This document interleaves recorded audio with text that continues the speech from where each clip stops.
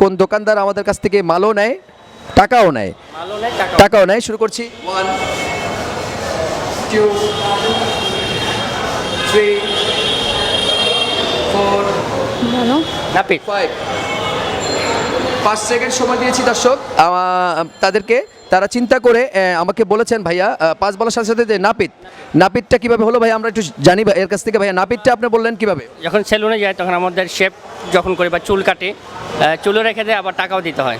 চুলও রেখে দেয় প্লাস আবার টাকাও রেখে দেয়। চুল তো ওরা রাখে না, ওরা চুলটা কেটে ফেলে আর কি। হ্যাঁ, মানে এটাকে বলা হয় যে চুলও রেখে দিল আবার টাকাও নিল দুটো। এই ধারাবাহিকতা আপনি বলেছেন যে জি জি জি, নাপিত। আচ্ছা, আমরাও বলতে চাই প্রিয় দর্শক যে ভাইয়া এটা বলেছে, ভাবি কি একমত আছে কিনা? ভাবি সেটাই তো মনে হচ্ছে। এটা কি শিওর বলছে ভাইয়া? মনে হয়। মনে হচ্ছে।